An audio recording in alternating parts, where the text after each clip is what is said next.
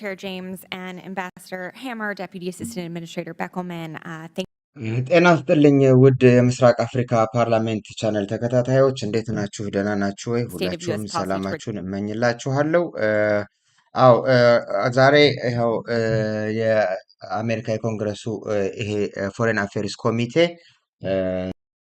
ማይክ ሀመርን ስፔሻሊ በኢትዮጵያ ጉዳዮች ላይ ጥያቄ እያቀረቡለት ነው። ኢትዮጵያ ወዴት እየሄደች ነው የሚል ምክንያቱም ኢንተረስታቸው ስለሆነ ኢንተረስታቸው ይነካል። የኔ ትንተና ግድ የለም ምንድን ነው ምናምን የሚለው ወደ ኋላ እናገረዋለሁ።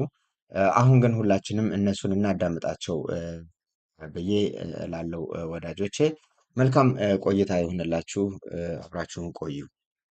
Hammer, it's great to see you again after welcoming you in San Diego this summer to host the Ethiopian Diaspora Peace Conference and hear the perspectives of different Ethiopian diaspora communities so we can work together towards peace for the country and region. I have to admit, I wish we were in San Diego right now.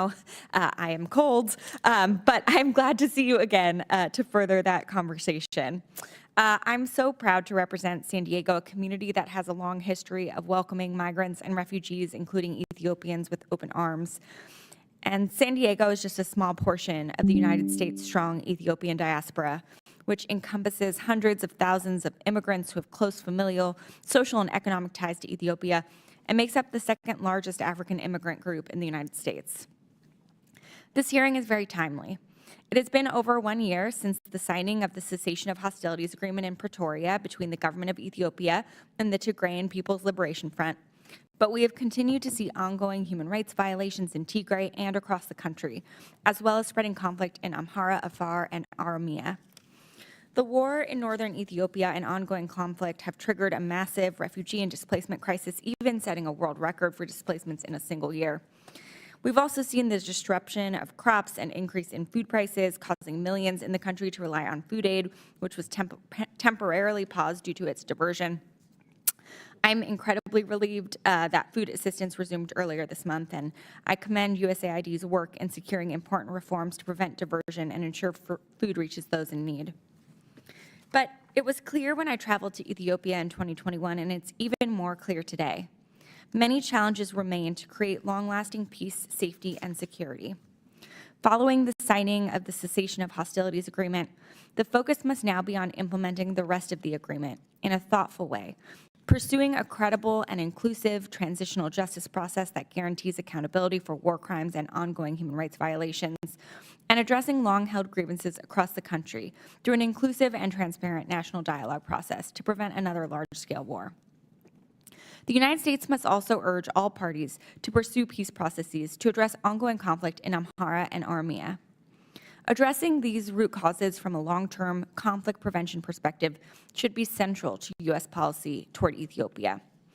And this will require high-level attention and prioritization from the United States and the international community, including cooperation from key regional actors with broad influence like the UAE and Turkey.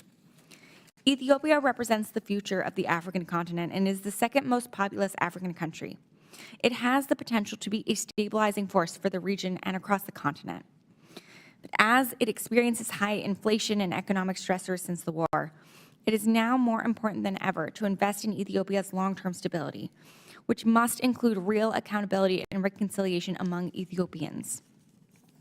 It's a key national security priority for the United States to keep its attention on Ethiopia and do everything we can to help secure a more promising future for Ethiopians. So I'm looking forward to hearing from you all about prospects for long-term peace and stability and how the United States can be best positioned to support Ethiopians in this pursuit, which will be critical for the region and the broader continent. Thank you. I yield back. Thank you very much. Other members of the committee are reminded that opening statements may be submitted for the record. And echoing my ranking member's sentiments, I'm very, very pleased to have you here today. The Honorable Mike Hammer is Special Envoy to the Horn of Africa, Bureau of African Affairs, U.S. Department of State. Tyler Beckelman is Deputy Assistant Administrator, Bureau for Africa, U.S. Agency for International Development. I thank you again each for being here today. Your full statements will be made a part of the record, and I'll ask each of you to please keep your spoken remarks to about 5 minutes, in order to allow for member questions. I now recognize Mr. Hammer for his opening statement. Good to see you again, sir. Good to see you, Chairman James, Ranking Member Jacobs. It is a pleasure to see you both again. and I welcome the opportunity to discuss U.S. policy and interest in Ethiopia and the Horn of Africa with you and the distinguished members of the subcommittee, as well as other members who have come here today because of their interest in Ethiopia. And I also want to recognize the Ethiopian diaspora, which is extremely active and which, of course, cares very deeply about events in Ethiopia. Ethiopia, as you have said, Mr. Chairman, is a strategically important country. The Biden-Harris administration is committed to working to promote peace, democracy, and economic development for the benefit of all Ethiopians, the broader region, as well as the American people. Our long-term goal is to support policies and reforms that will enable greater partnership between our two countries. During my tenure as Special Envoy, the administration has focused on bringing an end to conflicts in Ethiopia and reducing tensions around the filling and operation of the Grand Ethiopian Renaissance Dam, otherwise known as GERD. Following the November 2022 Cessation of Hostilities Agreement, the COHA, between the government of Ethiopia and the Tigray People's Liberation Front, we have been focused on the agreement's implementation while impressing upon the Ethiopian government the importance of dialogue and negotiation as a path to resolving ongoing violence in Oromia and Amhara. And we regularly engage with the Ethiopian diaspora to explain U.S. policy, encourage civil discourse, and foster reconciliation among all ethnicities and regions. As we pursue these policies with our colleagues at USAID and the interagency, we absolutely prioritize our responsibility to U.S. taxpayers. In Pretoria, I was proud to represent the United States as an active observer in the African Union facilitated talks that led to the COHA. Within 48 hours of the signing of the COHA, it silenced the guns and ended a horrific two-year war that killed hundreds of thousands and caused untold suffering, including from horrific mass sexual and gender-based violence. Since its signing, the United States has supported efforts to implement all aspects of the COHA, among them transitional justice, accountability, protection of civilians, and respect for human rights, including by funding of international human rights observers. As Secretary Blinken said during his visit this last March, to avoid future conflicts arising from past grievances, it is important, essential, to account for the war crimes, crimes against humanity, and other human rights abuses and violations committed in the context of Ethiopia's conflicts. Shortly after his visit, the Secretary announced his determination that all sides had committed horrific atrocities in the northern conflict and that ensuring accountability will be a key element of our policy towards Ethiopia. As part of our commitment to accountability, the State Department has supported the work of the Transitional Justice Working Group of Experts, an independent body with a nationwide mandate. This working group held 60 consultations throughout Ethiopia to gather views from affected communities on the desire for justice, truth, reparations, and institutional reform. We look forward to the working group's recommendations, and we will work with the Ethiopian government, civil society, and the victims, including survivors of the conflict-related sexual violence, on their implementation on the implementation of their recommendations. Over the last year, we have seen significant progress. For example, independent monitors have reported a dramatic decrease in human rights violations and abuses in Tigray. However, much more needs to be done. Eritrean forces have not fully withdrawn from Ethiopia. Disarmament, demobilization, and reintegration, DDR, of the Tigrayan forces is lagging, and the status of contested areas remains unresolved. Therefore, implementation of the COHA remains a work in progress. And we are deeply concerned about the ongoing violence in Amhara and Oromia. There have been credible reports of gross violations of human rights, significant loss of life, and severe economic disruption. We have urged all actors to refrain from violence and hate speech and to protect civilians, and we have offered to support or participate in mediation efforts. In fact, I returned this last week from Dar es Salaam, Tanzania, where the U.S. participated in talks between the Ethiopian government and the Oromo Liberation Army. We reiterated to all involved that there are no military solutions to the complex challenges posed by these situations. Compounding these challenges, Ethiopia is also confronting macroeconomic stresses. Foreign exchange reserves are at the lowest in 2 decades. Inflation has averaged over around 30% for the last 2 years. So the IMF is in discussions with the government of Ethiopia over concerns about the state of the economy. Regarding the GERD, we are encouraged that there are diplomatic negotiations underway between the parties, and the United States remains actively diplomatically engaged to support those parties in achieving an agreement that benefits Egypt, Ethiopia, Sudan, as well as the region writ large. In closing, let me reiterate my appreciation to this committee for your commitment and counsel. Rest assured that we are clear-eyed about the challenges in Ethiopia as we work to support an Ethiopia that is more peaceful and prosperous, one in which the United States and Ethiopia can benefit from a strong partnership. Thank you, and I look forward to your insights, recommendations, and to answering your questions. Thank you, Mr. Hammer. I now recognize Mr. Beckelman for his opening statement. Good morning, Chairman James, Ranking Member Jacobs, members of the subcommittee. Thank you for the opportunity to testify today and for your committee's support for USAID and for the people of Ethiopia. USAID's long-standing development partnership with Ethiopia has helped propel historic improvements in living conditions for millions of Ethiopians, and we remain the largest bilateral donor of assistance to the Ethiopian people. Yet these gains have been compromised by the two-year war in northern Ethiopia and insecurity in other parts of the country. The cessation of hostilities agreement between the government of Ethiopia and the Tigrayan People's Liberation Front brought a much-needed reprieve to the millions of people affected by that terrible war. Yet many of the most critical commitments in this agreement have yet to be fully realized. It is imperative, as you note, as both of you noted, for Ethiopia to reckon with its past and commit to dialogue to prevent future conflicts. USAID will continue to stand with all Ethiopians wishing to live in dignity, peace, and prosperity. Disarmament, demobilization, and reintegration, or DDR, is one of the most important elements of the COHA. As we see all over the world, DDR requires sustained political will and strong international commitment and financing.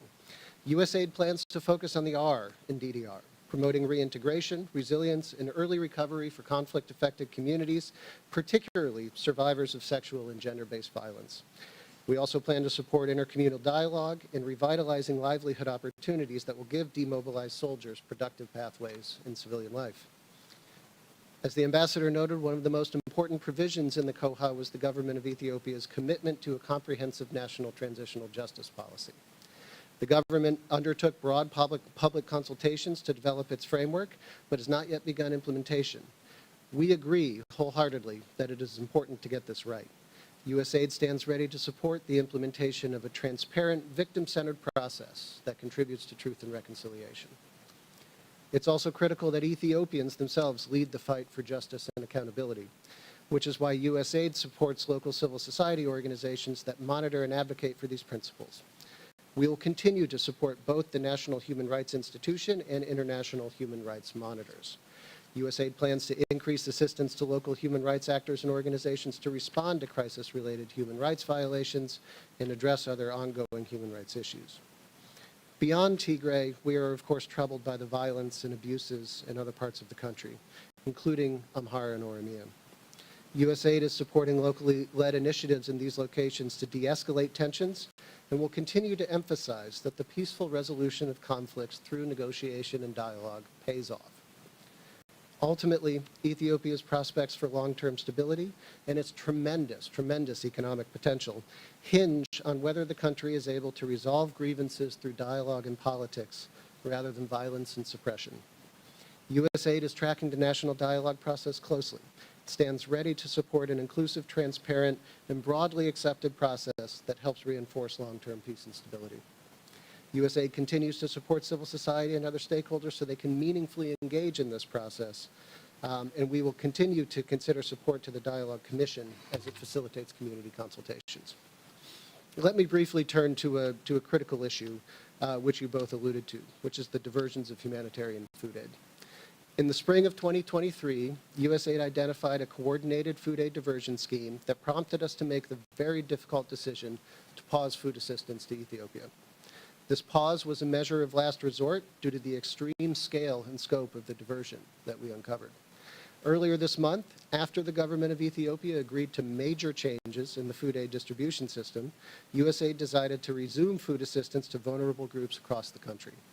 Key elements of the reforms included ensuring the independent and verifiable management of the entire food aid supply chain and agreements on ensuring full access to warehouse, mills, and distribution sites for regular monitoring and oversight. The government also agreed to the internationally accepted best practice of vulnerability-based targeting with joint identification of beneficiaries and joint approval of beneficiary lists. USAID and the government of Ethiopia will implement a one-year trial period of this process that will be informed by periodic reviews and backed by continuous monitoring and evaluation by our team, our partners, and independent monitors. We are confident that the agreed reforms will reinforce the integrity of the food aid system and help ensure that critical assistance reaches the most vulnerable. We will not hesitate to pause activities again, however, if we continue to see evidence of diversion. So in closing, while we recognize the challenges ahead, USAID remains a committed partner in helping all Ethiopians live in peace, dignity, and prosperity. Thank you for your support of USAID's work in Ethiopia and for the opportunity to appear before you today. I look forward to answering your questions. Thank you, gentlemen, for your opening remarks. I now recognize myself for as much time as I may consume. In October 2023, Abiy publicly argued that Ethiopia, landlocked since Eritrea seceded in '93, must acquire a port on the Red Sea to break its population out of a geographic prison, describing it as an existential issue. Further discussion around reopening direct Red Sea access, arguing that his request was based upon historical, geographical, ethnic, economic grounds, indicating that lack of access was a potential source of future conflict. Historical, geographical, ethnic, economic grounds. Does that sound familiar? Russia cultivated closer ties with Ethiopia during the Tigray conflict, which overlapped with its invasion of Ukraine.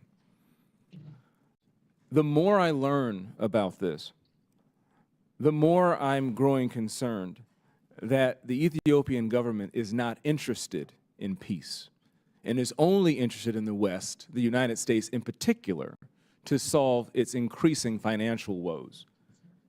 Can you help me parse through this? Number one question, gentlemen, whomever would like to answer first. When I hear a potential source of future conflict, is that a threat from the Ethiopian government? Thank you, Mr. Chairman.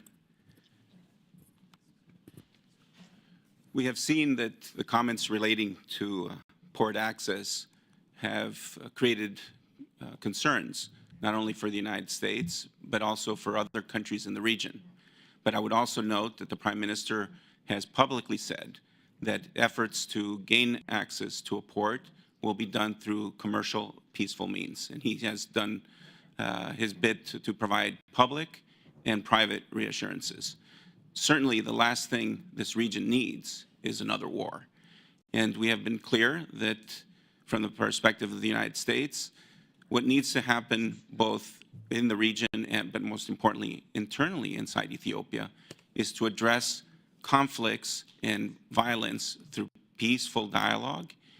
And we have demonstrated both through our work with the African Union in achieving the comprehensive, the COHA, as well as the cessation of hostilities agreement, as well as participating more recently in the talks on the OLA, that is our commitment, so that, Mr. Chairman. Mr. Hammer, yes. Excuse the interruption. You just acknowledged also credible reports of gross violations of human rights in Amhara and Oromia. Does the department consider this, in addition to the past statements, regardless of how it may have been softened for Western ears? Does this constitute a pattern, and how much should we believe folks who are following in the footsteps of essentially Russia joining and aligning with BRICS? Well, Mr. Chairman, we are deeply concerned and alarmed by the reports of extrajudicial killings, detentions that are and suffering that is being inflicted upon civilians in both Amhara and Oromia. We have made this clear to the government, Secretary Blinken, in numerous calls with the Prime Minister, as well as officials at all levels of the State Department. Have we made it clear that concrete steps must be taken in the immediate future to rectify this, and are you satisfied with the progress they're making, sir? Yes, sir. We have always in our conversations made clear that human rights is a core component of the Biden-Harris administration's foreign policy, and that it matters in terms of how we view our bilateral relationship with Ethiopia. So we are continuously pressing for improvement. We are not satisfied, and those conversations will continue every day as needed until hopefully we see a cessation of all violations and abuses taking place. Thank you, Mr. Hammer. Mr. Beckelman, if you have a comment, next 30 seconds. Thank you, Mr. Chairman. Let me just say, just very quickly, that we believe very firmly that it's in our interest, it's in the Ethiopian people's interest, and it's in the world's interest to prevent an economic collapse in Ethiopia and to see the Ethiopian people stand on their 2 feet. That's why we continue to support these processes and continue to support them in a way that we feel is consistent with our values and our interests in Ethiopia. And we'll continue to do that. With a population of 126 million people, over 40% of which are youth under the age of 15, we think it's absolutely incredible to continue to help Ethiopians stand on their 2 feet, and a stable and democratizing Ethiopia is ultimately in the best interest of the United States. Totally agree with all this monkeying around the Ethiopian people, the ones who truly suffer. I'd like to recognize my ranking member, Ms. Sarah Jacobs. Thank you, Mr. Chairman. In September, I led a letter to Secretary Blinken and Ambassador Thomas Greenfield urging the United States to use its voice and influence to renew the mandate of the International Commission of Human Rights Experts on Ethiopia, ICRI. Unfortunately, ICRI's mandate was not renewed, ending the only independent investigative mechanism with the mandate to investigate abuses across all of Ethiopia. Ambassador Hammer, what specific steps did the U.S. government take in advocating for ICRI's renewal, and what plan is in place to ensure independent human rights monitoring continues? Ranking Member, I appreciate and remember receiving your letter and appreciate your deep interest in continuing the ICRI mission, which we thought absolutely was critical and important. We worked to try to renew it in Geneva.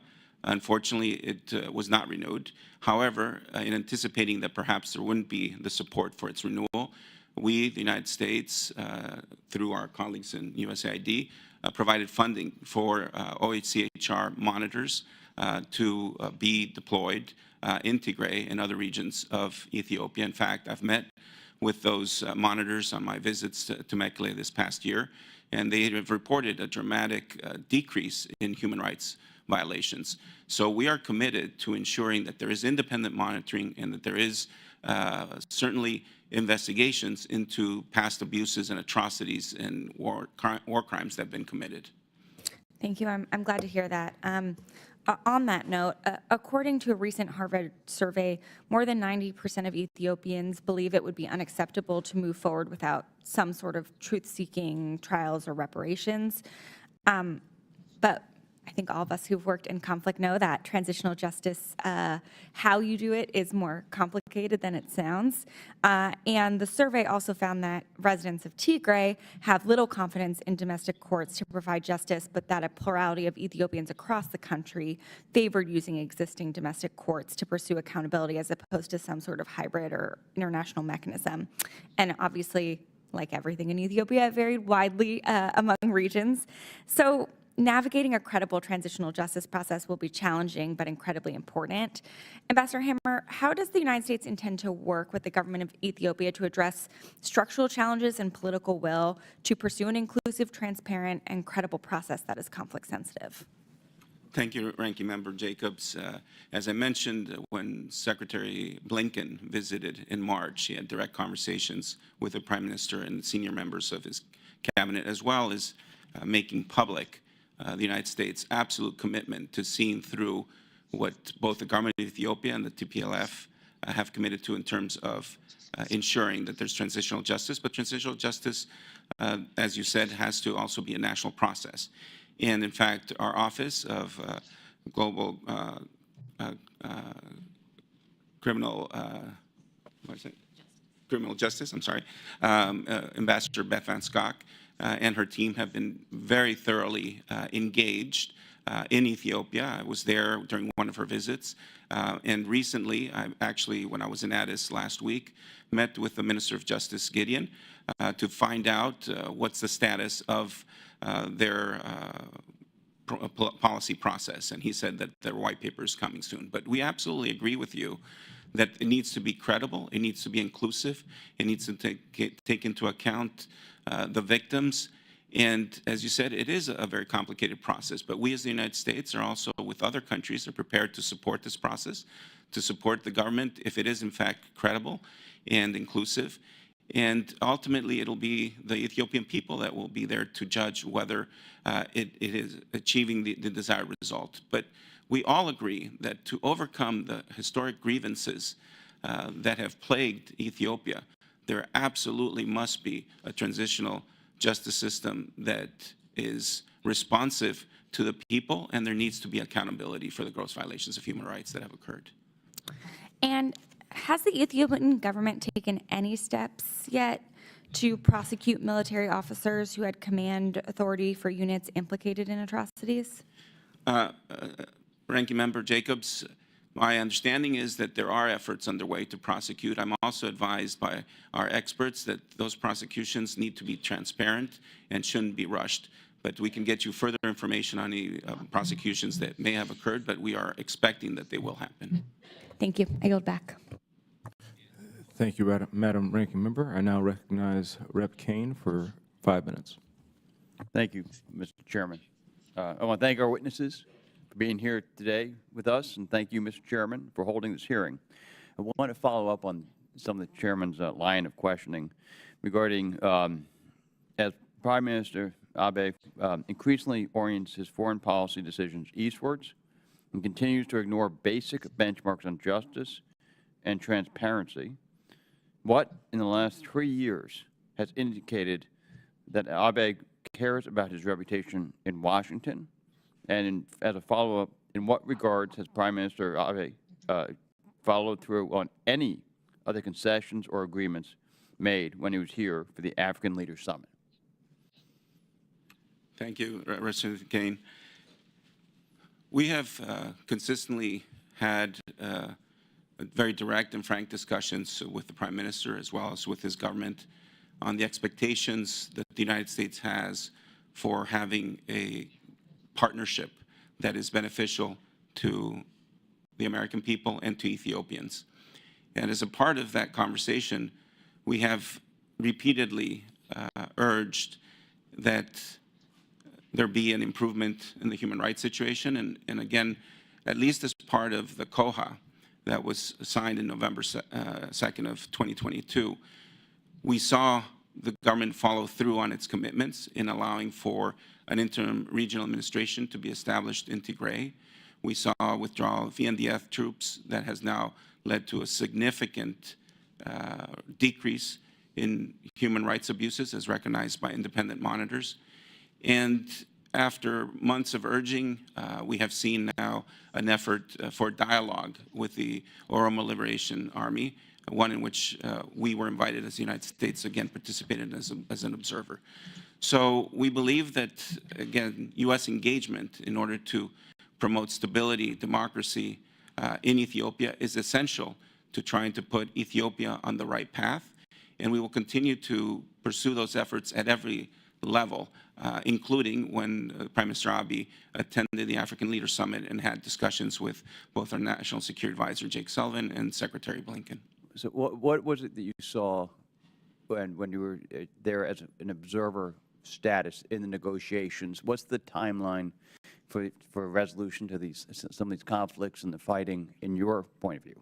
Yeah, no, thank you. I appreciate the question. When I took this job in June of 2022, I was told that this horrific war in Tigray in northern Ethiopia would never end. That'd be disastrous. And it had already been horrific. And yet, through quiet diplomacy and working with the African Union, we were able to achieve a very significant peace. Now we're involved in talks between the government and the OLA. It would be difficult to say that we can yield the kind of result that we would like, everyone, the people of Oromia would like, in short order. The talks were difficult. I spent 2.5 weeks in Dar es Salaam, but progress was made. But we are committed to trying to see a peaceful resolution to these conflicts, also in Amhara. If there is an opportunity, we will offer our good offices to help mediate, to help promote a peaceful dialogue. We have been clear repeatedly, there are no military solutions to these complex, difficult, historical issues in Ethiopia. And I'm proud that the administration has made every effort consistently to try to advance peace, and we are committed to continue these efforts and whenever the opportunity arises. If I may, Yes. what do you think are the biggest limitations to negotiations succeeding? Well, of course, it's not only just the government, but both parties need to be prepared to make compromises and, frankly, to have the courage to decide that violence is not the answer, that what is best for their interests and their people more broadly is to enter into a political dialogue that achieves some of their objectives. We have seen their efforts underway for a national dialogue, which we believe, if it is inclusive and credible, could be a very important step forward for overcoming some of these historic grievances and horrific and terrible ethnic tensions that are currently plaguing Ethiopia. Thank you. My time has run out here. I yield back. Thank you, Mr. Kane. The chair now recognizes Rep. Sherflis McCormick for 5 minutes. Thank you, Mr. Chairman. I, along with my colleagues, are obviously pleased that this month marks 1 year since the cessation of the hostility agreement was signed, bringing an end to the horrific 2-year war in Tigray. During that horrific conflict, hundreds of thousands of Tigrayans were forcibly displaced from Western Tigray during the war, in what the State Department determined constituted an ethnic cleansing. My question is a follow-up to Rep. Jacobs. Is there any way the U.S. can assist Ethiopian authorities in prosecuting those responsible for crimes in Western Tigray? Thank you, Congresswoman. We appreciate your interest and concern. We share the same concern that those responsible for these war crimes, crimes against humanity, and gross violations of human rights be held accountable. We are prepared, of course, to cooperate. It is currently the responsibility of both the government of Ethiopia and, in fact, the government of Eritrea, whose forces were also responsible for war crimes and crimes against humanity, to prosecute the individuals responsible, and we will continue to insist that they do. My second question is, Ethiopia has historically been a major contributor to UN peacekeeping missions. It currently has 1,500 troops serving the United Nations mission in South Sudan.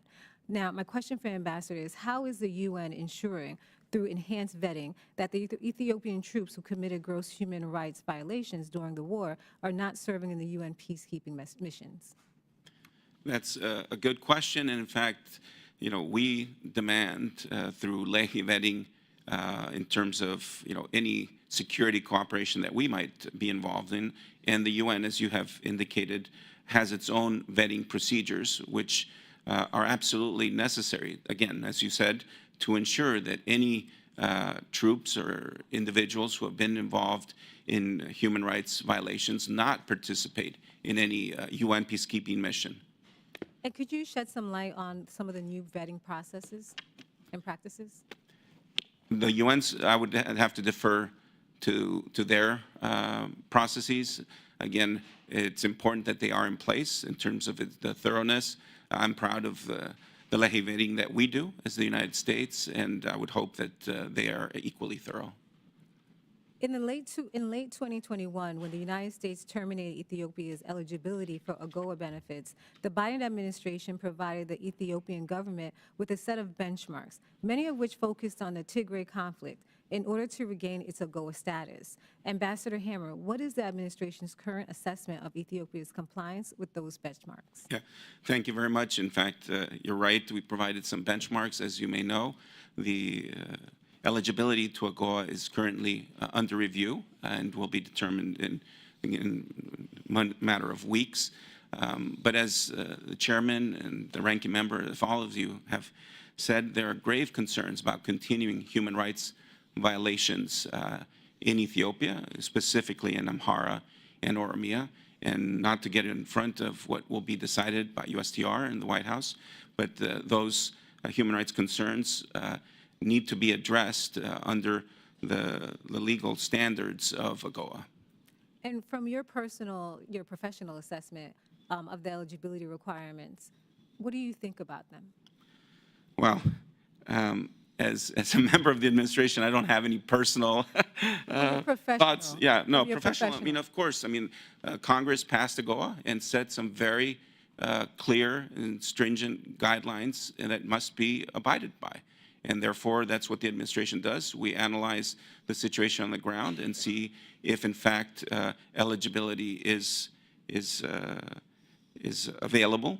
And we constantly evaluate the situation. AGOA is beneficial to the United States, as well as obviously to the country that's seeking it, but there are certain standards that must be adhered to. And with the information you have right now, do you believe that they'll meet the eligibility requirements? Again, it's not just my decision alone. This is a very thorough interagency process led by our USTR. And I think that given what we've been discussing here at this hearing, it's fair to say that there are very serious remaining concerns, given the reports of human rights violations occurring currently in both Oromia and Amhara. Thank you for your testimony. I yield back. You're welcome. The chair now recognizes Rep. Kim for 5 minutes. Thank you, Chairman. Special Envoy Hammer, I want to thank you and start by commending your efforts to reach an agreement to bring the intense conflict to an to be an end about a year ago. But it's clear that the terms of the agreement have not been fully implemented, and it looks like the timeline for a peaceful resolution of those disputes in line with the Constitution remains still unidentified or undefined. Many human rights groups and experts, including the Simon Saljot Center for the Prevention of Genocide at the U.S. Holocaust Memorial Museum, have been critical of the transitional justice process being conducted by the Ethiopian government. However, despite the skepticism, the State Department appears to be giving credence to this government-run process. So I want to ask you, who is the senior-most individual in the government of Ethiopia or among the Tigrayan political establishment to be held accountable for the human rights violations? Thank you, Representative Kim. The process is ongoing. I know that we are impatient in terms of wanting to see that justice be done and that individuals be held accountable. I can assure you again at all levels of our government, with the Ethiopian government and those responsible for developing their transitional justice process and ensuring that there's accountability, that we continue to press to make sure that it is a process in terms of transitional justice that is inclusive and that will be Envoy, does the Ethiopia's interministerial level task force still exist? I believe it does. And again, there are internal Ethiopian processes underway. We provide advice and support to try to ensure, again, that it'll be a credible and inclusive transitional justice. Does that task force have jurisdiction over the Ministry of Defense? I believe it, well, I don't think so. Yeah.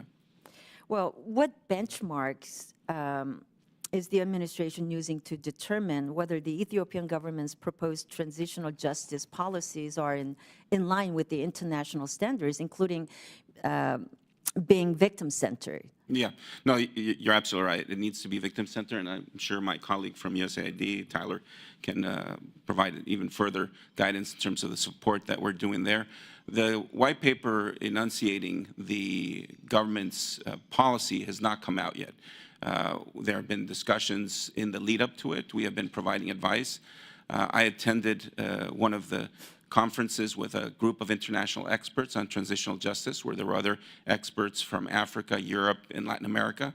So I know that the government has been getting advice in terms of how it best should proceed in line with other international efforts that have produced credible, inclusive transitional justice Can you tell processes. me who has the accountability over the Ministry of Defense? Well, the government of Ethiopia is responsible ultimately, and they'll have to ensure that members of their forces who have been involved in gross violations of human rights are held accountable? You know, Chinese economic activists, activities and investments throughout Africa have been directly linked to environmental degradation and have created public health emergencies throughout the continent.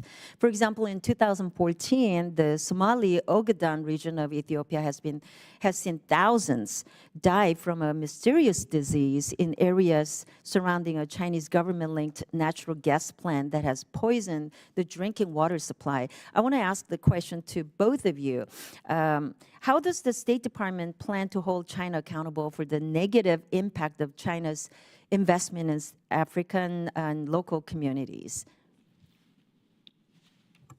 I'm happy to take a first stab at that Yeah. one, Congresswoman. Thank you very much for your question. I think the incidents that you cite are absolutely tragic.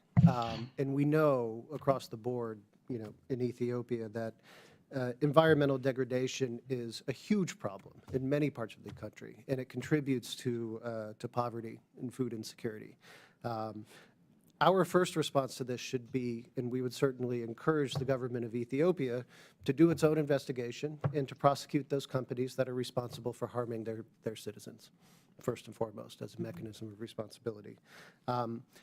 I would also say that just as USAID, we place the highest priority on ensuring that our investments are in line with world-class standards of environmental quality and sustainability. But I would really press the ሁላችሁንም መጀመሪያ ሰላም ልበል ወዳጆቼ፣ ብዙ አልቆይም። እንዴት ናችሁ? ደህና ናችሁ ሆይ?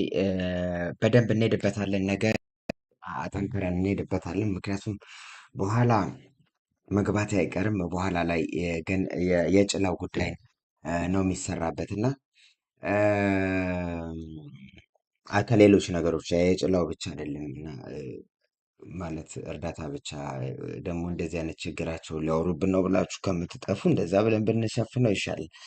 ኤኒዌይስ ወዳጆቼ በኢትዮጵያ ጉዳይ ላይ ነው እና በሆርን አፍሪካ ጉዳይ ላይ ነው። ሜይንሊ ስለ ኢትዮጵያ ነው። እንግዲህ ስለ ባህሩም ተጠይቋል። የባህሯን ነካክቷት ነው ያለፉት። አዎ በጣም በሚገርም ሁኔታ ነው ያለፈው ሰውየው። ይሄ ቼርማኑ ማለት ነው ጄምስ ተጨንቆ ነበር የጠየቀው። አንድ ነገር ብቻ ተናግሮ ማለት ጠበቅ አድርጎ ነበር የጠየቀው። ማይክ ሀመር ኢትዮጵያ ይሄን ማድረግ አትችልም፣ ይሄን ማድረግ ትችላለች የሚል ራሱ ጠያቂውም ያን ነገር አልጠየቀውም። የታለፈበት መንገድ የአካባቢ ሌላ ጦርነት እንደማያስፈልገው ብቻ ነው መናገር የምንችለው። እርግጠኛ ሆኜ መናገር የምችለው የአካባቢ ሌላ ጦርነት ማስተናገድ አይችልም ብዬ ነው አለ። በቃ ማለት ካደረገ ሌላ ጦርነት ማስተናገድ በእነሱ ልክ ማለት በደንብ ሰፋ አድርገን እንሄድበታለን ነገ። ቪዲዮዎቹንም ነጥብ ይዘን አሁን ላይቭ ስለሆነ ብዙም እንትን አላልኩትም እና ማስተናገድ አይችልም ማለት ያው አሁን ካለው አለመረጋጋትና የተለያዩ ያሉት ሱዳን ላይ ጦርነት ነው ምናምን አካባቢው እንዳለ ታምሶ ችግር ይወድቅብናል ነው እንጂ ጦርነቱን አይደለም የጠሉት ማለት ነው። ወደ ትግራይ ጉዳይ ስንሄድ ማይክ ሀመርም የኤስአይዱም ሰውዬ መልሰዋል። ወደ በኦሮሚያም ላይ በአማራም ክልል ላይ ያለውን ተነጋግረዋል። ከትግራዩ ልጀምርና ፈጠን ብዬ አንድ ሰዓት ያው ፕሮግራማችን ከአሁን በኋላ ከአንድ ሰዓት መርዘም የለበትም ማክሲመም ከአንድ ሰዓት ከሩብ ብለን ስለወሰንን እኔና ሌሎቹ የዚህ ሚዲያ ያገባናል ባዮች ማለት ነው ተስማምተንበት ስላለን በዛው አጠር አድርጌ እንድንሄድበት ብዬ ነው። ማይክ ሀመር ሁለቱም የሚመልሱት የነበረው በትግራይ ጉዳይ ላይ በአማራም በኦሮሚያም ጉዳይ ላይ አክቹዋሊ ተመሳሳይ ነው። ግን የማይክ ሀመር ጋር ስንጀምር ያሰመረበት ነገር ማይክ ሀመር ቢኖር የኤርትራው ኃይል አለመውጣቱን ተናግሯል። የምዕራብ ትግራይ ጉዳይ ጥቁሯን በኋላ ላይ አክቹዋሊ ጥሩ ጥያቄ ጠይቃለች በምዕራብ ትግራይ ጉዳይ ላይ እና ዲዲአር የሚሉትን ማለት ነው። እሱም ገና አልተካሄደም ነው ማለት ያው የተጋሩ ጦር ቲዲኤፍ ማለት ነው ፈቶ ዲሳርም ምናምን የሚሉት ነገር አላቸው አይደለም። እና ወደ እዛ ጋር ሌላም ጥያቄ ያነሳል። ነገ እንሄድበታለን ብያለሁ ማለት ቲዲኤፍ ራሱ እየወጣ አይደለም። ቲዲኤፍ ራሱ ለቆ እየወጣ አይደለም ወይ? ምን ዲዲአር ያስፈልጋል የሚለው ነገር እዛ ጋር ልነጋገርበት ነገ ከሶሊድ ኢንፎርሜሽን ጋር መጥተን እንነጋገርበታለን ማለት ነው።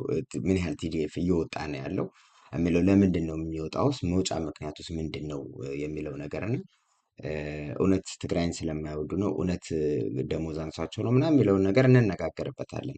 እሱም አልተፈጸመም ብሏል። የዌስተርን ትግራይን ግን ተጠያቂ አድርጎ ያቀረበው ባይዘው ወይ ማይክ ሀመር የኤርትራውን መንግስትና ከአሁን በፊት የዛሬ ፌብሩዋሪ 2021 ላይ ማይክ ሀመር እንትና ሴክሬታሪ ብሊንከን የተናገረውን ነገር ሁላ ሰርዞ ጥፋተኛው ኃይል የኢትዮጵያ መንግስትና የኢትዮጵያ ሰራዊትና የኤርትራ ብቻ እንደሆኑ ነው። የአማራውን ኃይል እዚህ ጋር አላነሳውም። ስለዚህ አማሮች ስራ ሰርተዋል።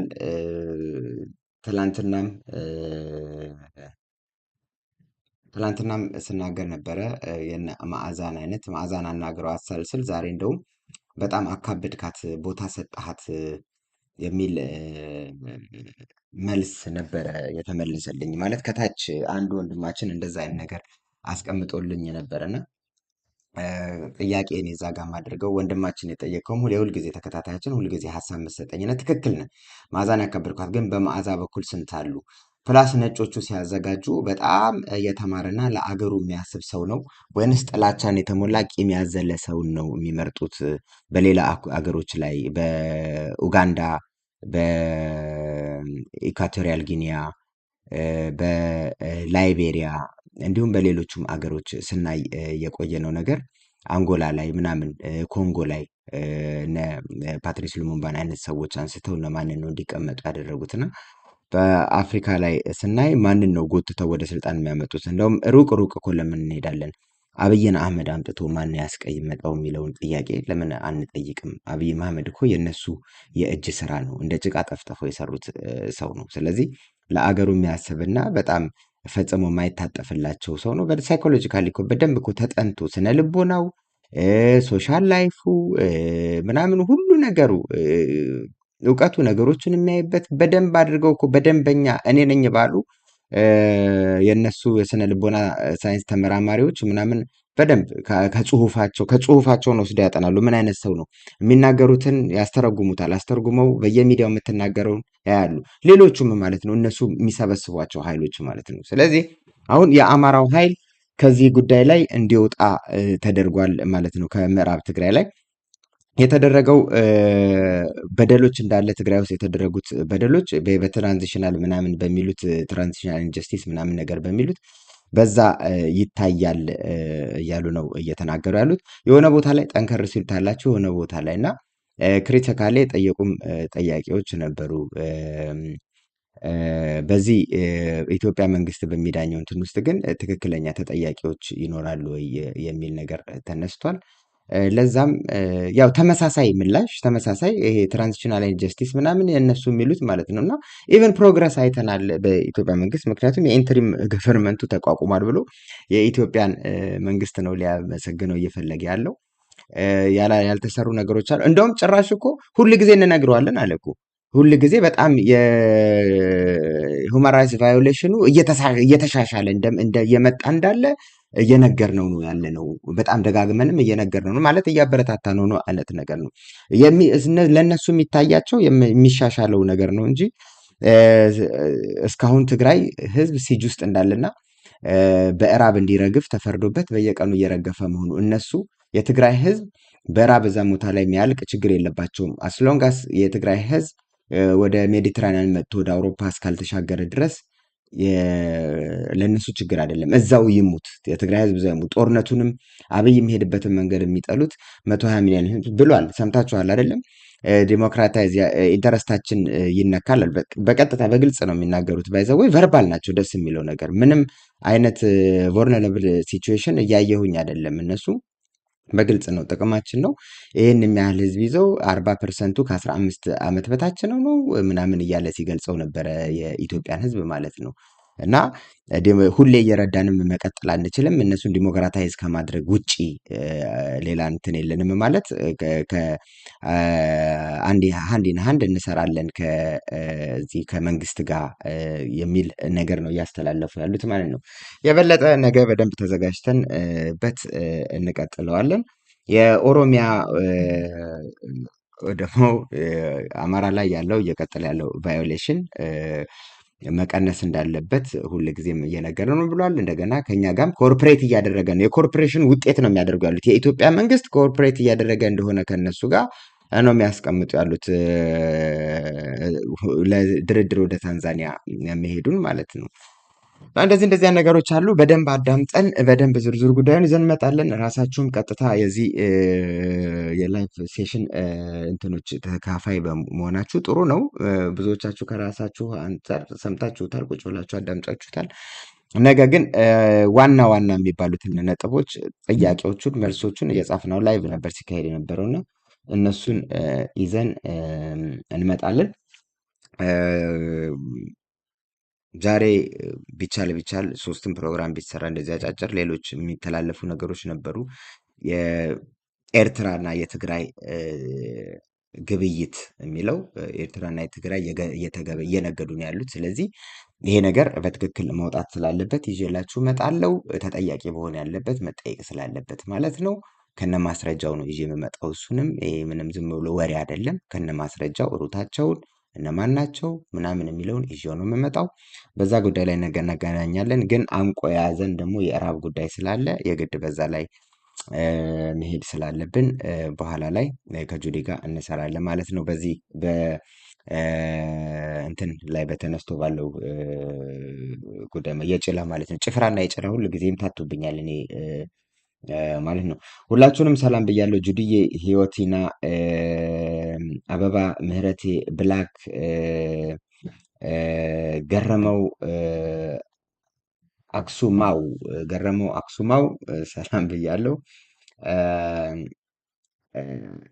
አርኤ ሀይሎ አላዊ ሽኮር ከመይ ሽኮር በዓለኺ ወይም በዓለኻ ብያለሁ።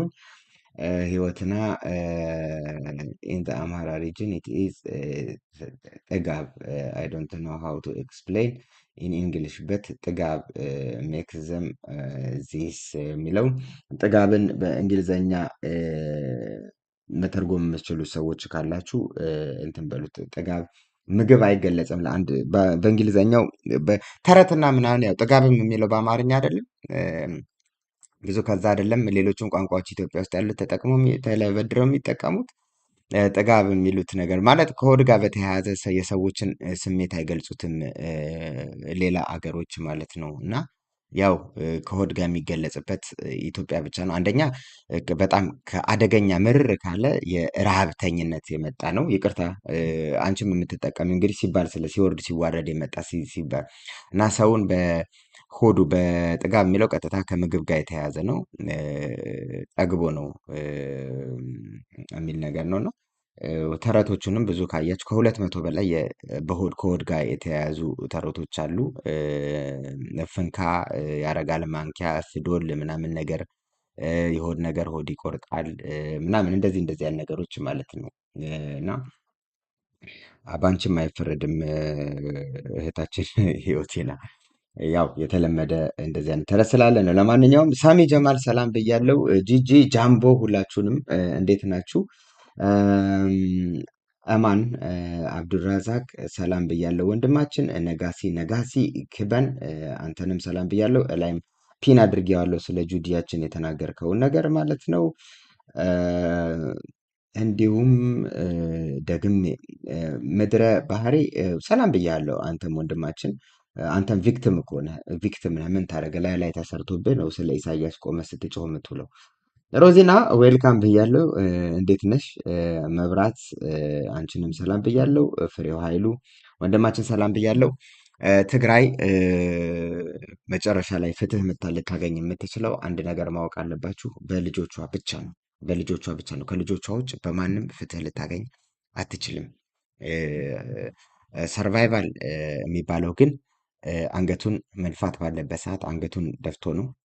ቲክቶክ ላይ ወጥቶ ማህበረሰቦችን እያዋረደ እየሰደበ ወዳጅ ህዝቦቹን አብረውት የቆሙትን እያዋረደ ምናምን አይደለም። እንደዛ አይነት ኬት የመጡ እንደሆኑ አላቅም። አሉ ሞልተው ያሉ ዝም ብለው መናገር ብቻ በመናገራቸው ጎበዝ ናቸው፣ በጣም አዋቂ ናቸው እየተባሉ ያሉ እንኳን እነሱ አይደለም የትግራይ ስኮላርስ አሶሲዬሽን ነው ምናምን ብለው ምናምን ማህበር ብለው የመሰረቱት እዛ ላይ የተጠራቀሙት ራሱ የማህበረ ደንቆሮ ተጋሩ የሚባል ተብሎ ስሙ ቢቀየርለት ጥሩ ነው እና እንኳን እዛ ቲክቶክ ላይ የሚራወጥ እርምጥምጥ ወይም እዛ እና አንተ ብቻ ነው ለዚች ሀገር አዋቂ አንድ ካሁን በፊት የጻፈልኛል አነ ጥራ እየዘለው ዋይል ካነ ትግራይ አንተ እኔ ብቻ ነኝ ያለሁት ብልሃት ለትግራይ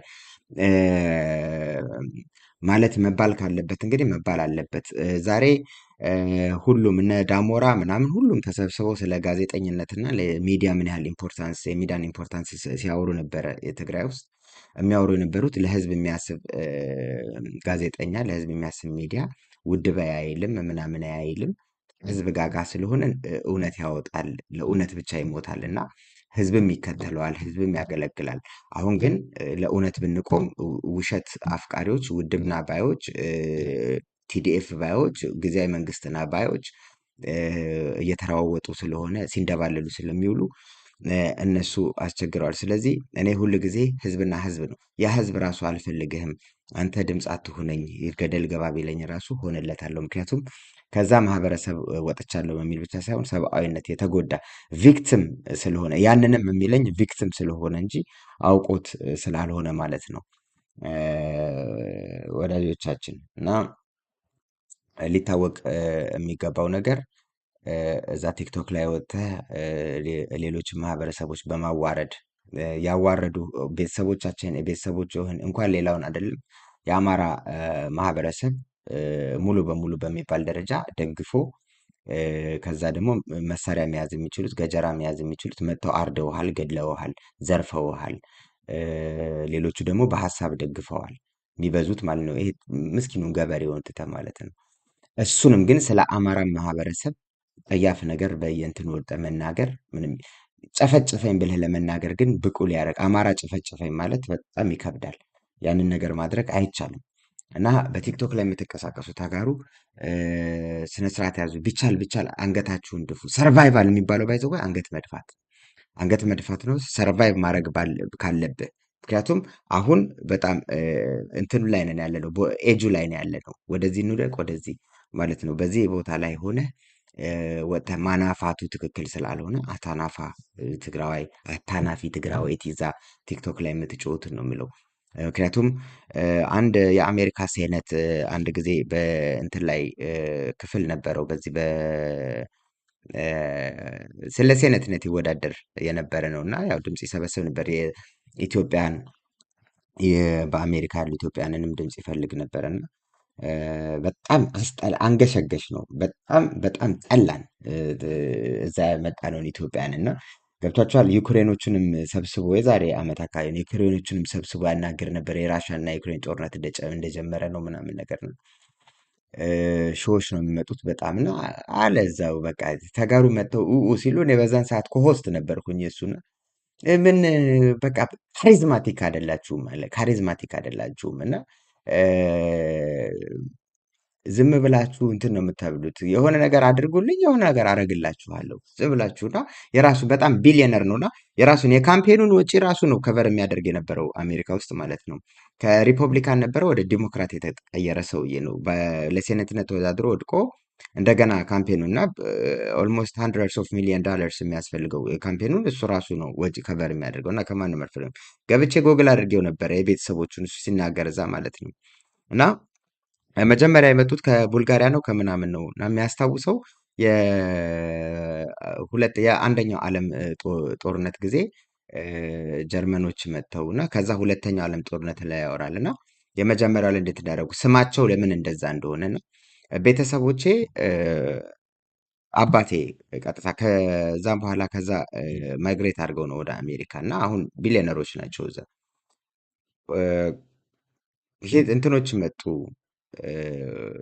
እና እኛ ስማችን እንደዛ አይደለም እና የሂትለር ሶልጀሮች የገቡ ይገሉ ነበረ እና ማን ነው ሲባል ቀጥታ የኔ አባቱ ማን ቀጥታ የሱን አባት ማለት ነውና ህፃን ነበር ያኔ አያቱ ለሱ ማለት ነው። እና ማን ነው ሲባል አዶልፍ አለው ስሙን ማለት ነው።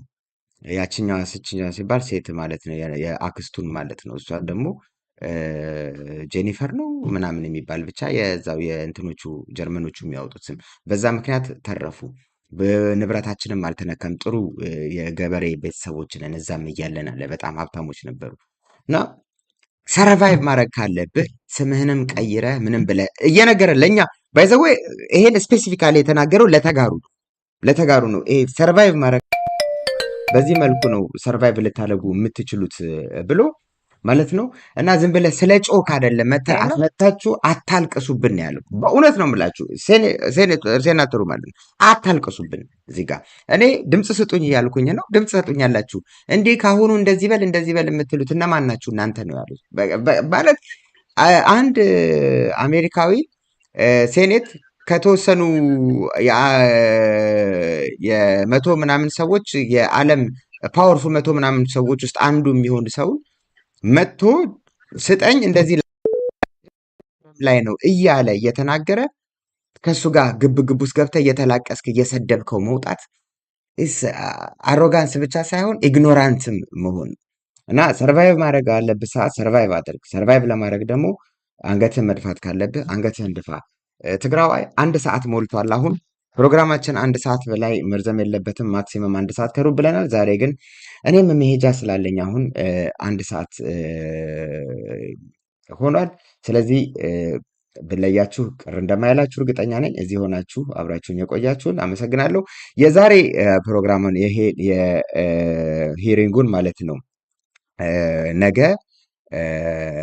በኢትዮጵያ ጉዳይ ላይ የነበረውን ሂሪንግ ነገ ከሰዓት አካባቢ ይዤው በስነ ስርዓት ነጥብ ይዤ ከሌሎች ሰዎች ጋር ዲስከስ ልናደርግበት እንመጣለን። ስለ ትግራይ የተባለውን ጠቅላላ ነገር ወሳኝ ነገሮችን የተጠየቁት ወሳኝ ጥያቄዎችን ከተመለሱ ደግሞ በጣም ልንሰጋባቸው የሚገቡ መልሶች ተመልሰዋል። ከማይክ ሀመርም ከዛ ከዩኤስኤዱም ሰውዬ ነው።